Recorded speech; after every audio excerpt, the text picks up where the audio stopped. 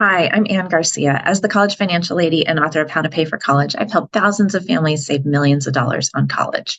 Today, I'm going to talk about assets on the FAFSA with the new simplified FAFSA formula that comes out December 31st of 2023.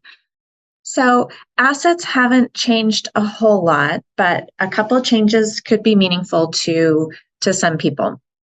All of the parents' non-retirement assets are reported on the FAFSA. So that includes your checking account, your savings account, any taxable investment you have.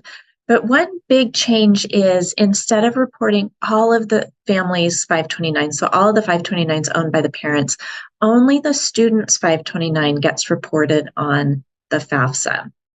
So any siblings who have 529s, that doesn't get included. So that's a really nice benefit for families with multiple children, especially because the new formula is no longer dividing by the number of students in college. So for 529s on the FAFSA, you're only reporting the 529 for the student whose FAFSA it is that is owned, and that 529 needs to be owned by the parents. So you don't report 529s that are owned by grandparents, aunts, uncles, anyone else.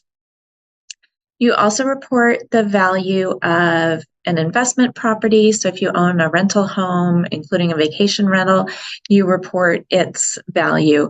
Now, it's not necessarily a Zillow value. You can subtract your current liabilities, including the coming year's mortgage payments, property taxes, and other expenses. You can subtract the cost of sale as well from your investment or vacation property in reporting it, as well as, of course, any outstanding mortgage debt. Another asset that is new on the FAFSA, previously only large businesses had to be reported. Now all businesses get reported. So even if you own a small business, you will need to report its value on the FAFSA. And again, there isn't a set formula for how you do that. You know, when you think about the value of your business, think about the value that you would get if you had to sell it to come up with money to pay for college. So you would lose your salary. You might still be on the hook for an office lease. You would have to probably pay your employees some form of compensation for shutting down the business and selling it. You might own it with a partner and have a buy-sell arrangement that gives them right of first refusal, which means that you're not selling that asset for market value. So be thoughtful about how you value your business as an asset on the FAFSA. And again, it is what's called an adjusted value that shows up. So you take your business value, and then the FAFSA applies some different brackets based on that value to come up with what the actual value that counts as an asset is. Remember too that parent assets are only assessed at 5.64% of their value. So it's not going to cost you a lot in the formula to have any of these assets. The other thing is, this is only for the FAFSA. The CSS profile looks at a much wider range of assets. The CSS profile will look at things like cash value insurance policies that you own and cash value annuities that you own, the value of your home equity.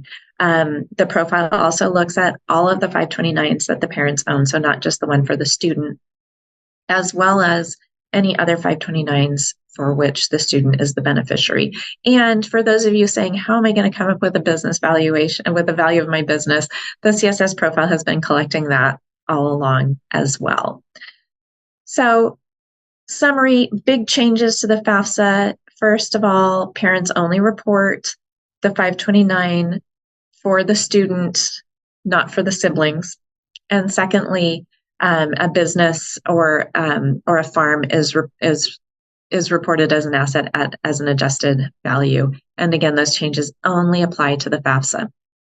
The other big piece of assets that we tend to overlook is the student's assets. So students can have, students don't get any kind of an asset protection allowance, and their assets are assessed at 20% of their value.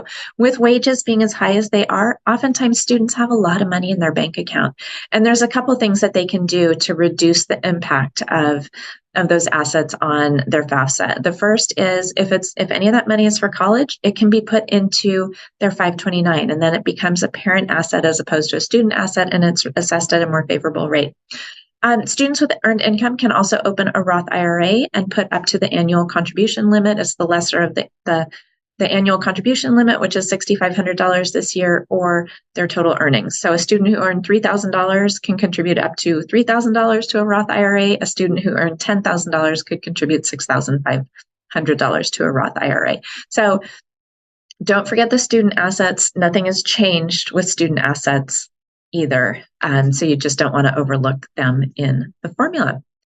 I hope you found this helpful. If you would like more college planning information, head over to my website, howtopayforcollege.com, and use the discount code here for a 10% discount on my College Financial Plan Masterclass.